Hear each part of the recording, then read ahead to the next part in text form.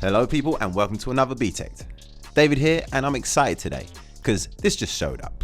Yep, this is my unboxing and I guess you could say second look of the Sony Xperia XZ3. My first look was at the IFA trade show in Berlin and I was very impressed. Beautiful curves and not just on the back, we've got a curved OLED screen with the XZ3. If you check the channel you can see that video there. But before we get into the XZ3, let me tell you about a site that I definitely think is worth checking out if you're looking to get a new phone. Direct Mobiles is a well-established site with decades of experience in supplying mobile phones and have over 23 years of award-winning customer service. They sponsor us here at Btekt and have a great selection of the latest phones at excellent prices. Check the video description below for a link to their website or search directmobiles.co.uk. So let's have a look inside this box. Exactly the same packaging as the XZ2.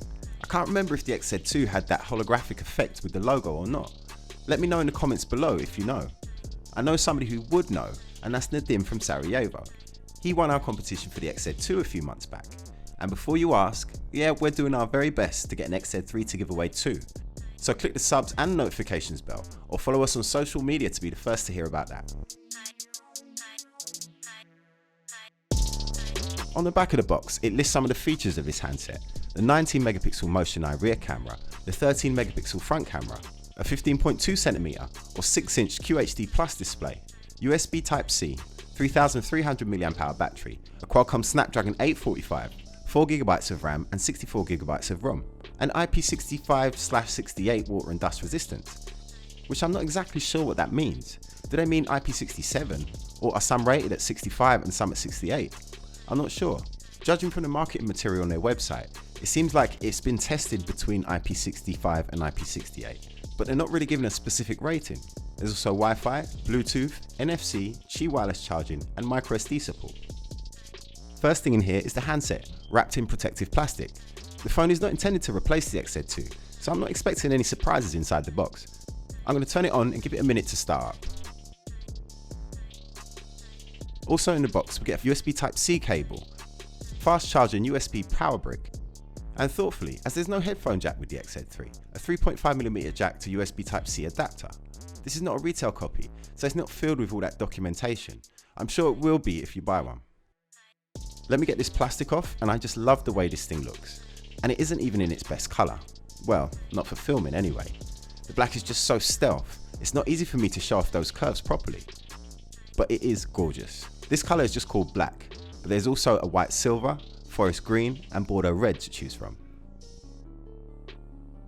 The ambient flow design has evolved from the XZ2. To the naked eye it looks quite similar, you only really notice that it's a bit taller, but when you hold it in your hand you notice that it's a fair bit slimmer and it feels narrower. It feels great in the hand, although it is very slippery, almost like holding a bar of soap.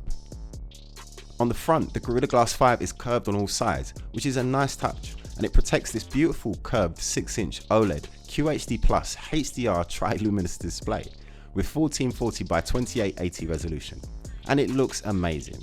Very bright, so no problems in direct sunlight, and also not interrupted with a notch, just some normal sized bezels, top one being a little bit larger than the bottom, but I think that the design overall with the curved glass on top and the rounded edges to the screen together just looks stunning. See, bezels can look good, and I don't know why we have it in our heads that bezels are a bad thing. Those bezels house stereo speakers too, which sound pretty good. Not quite as good as I was expecting, but I have been using the P20 Pro before this arrived. And in my opinion, that phone has the best speakers going, but I do need some more time to get into the audio settings of the XZ3 to give it a fair test. One very cool feature is the side sense, which lets you double tap the curved edges of the screen to get a handy mini app tray with your most recently used and apps it thinks you might be wanting to use next based on your usage. If you click more apps, you get a scrollable list of all your apps. It's not really a one-handed mode, but more like a one-handed shortcut to the things you use the most. Although there is a shortcut in there to get you to the one-handed mode. You can also slide up or down on the edge of the screen to use it as a back button, or double tap within the camera app to take pictures, and it works very well. I have no problems with trying to activate it, it works almost every time, and it's a feature I'm using a lot. Still on the front, there's a new 13 megapixel Exmor R sensor, up quite a bit from the very good 5 megapixel unit that was in the XZ2, so we should see a good improvement here. The aluminium frame houses all the buttons on the right side, with nothing at all on the left side, which I think adds to the aesthetic. The familiar toolless SIM card tray and microSD expansion slot is placed on the top, so no hot swapping of SD cards, unless of course there is no SIM installed in the first place. Underneath, the clean aesthetic continues with just a USB Type-C connector and a small hole, presumably for the microphone.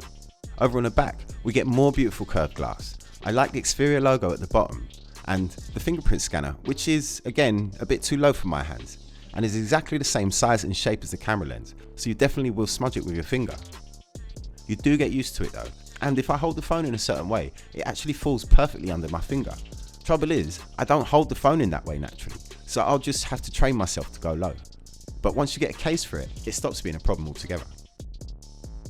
The camera on the XZ3 is a single 19 megapixel Motion Eye Exmor RS for mobile sensor. Sony's sticking with the single camera setup for this series, maybe to give some people a reason to go for the XZ2 Premium. Last time with the XZ2, Sony got some stick because although the camera was excellent in good lighting conditions, it lacked image stabilization, and some would say that the image processing and noise reduction was not nearly as good as the rivals, so pictures in low light couldn't really compete. Unfortunately, there still is no OIS, but I've taken a few low light shots and I've been really impressed. The Sony Alpha series of full frame mirrorless cameras have amazing low light capabilities, allowing you to use very high ISO settings whilst keeping noise and grain to a minimum. And they use Exmor RS sensors to achieve this, so you don't necessarily need to use OIS to get a good sharp shot at night, if you can boost up your ISO without degrading the image too much. The max ISO setting is 12,800 on the XZ3, and if it can keep a clean image with that ISO, then it should do alright without iOS. But then having said that, how good would it be if it did have it? I need a little bit more time with it to see how good the low light shots really are. I have a few videos planned for this, so make sure you're subbed for that. You do get good stabilization for video with Sony's 5-axis steady shot technology, which works well in all video sizes, including 4K HDR. I found the HDR content on the XZ2 to be a bit choppy in places. It was skipping frames a lot. I hope this is something that's been fixed with the XZ3. The 960 frames per second super slow motion video is back. There is no increase in the recording length. It still records for 1/10 of a second in 1080p and 2/10 in 720, but it will be interesting to see if the quality is improved at all. The Snapdragon 845 processor should do nicely in here. I'm not that bothered about it only having 4 gigs of RAM either. If we're really honest with ourselves, we don't really need much more than that to power our smartphones. Yeah, it would be nice to have more, but RAM is an expensive component. If they can spend that money elsewhere in the phone, then I can live with 4 gigs. But I'm a little worried that the 3300 mAh battery might be the Achilles heel of this phone. It seems quite small compared to other flagships, but really it's all about power management, so we'll have to see. We're running Android 9 straight out of the box, and Sony have streamlined their UI overlay, so it's quite close to stock, but you will still know you're using a Sony. It's a very clean and elegant software to match the hardware design.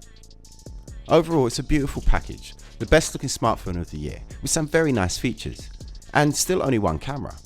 For the photography purists who don't believe in a multi-lens setup and AI tricks, the Sony XZ2 was the phone to go for, because it didn't rely on those things. It just had a single high quality sensor that gave great results.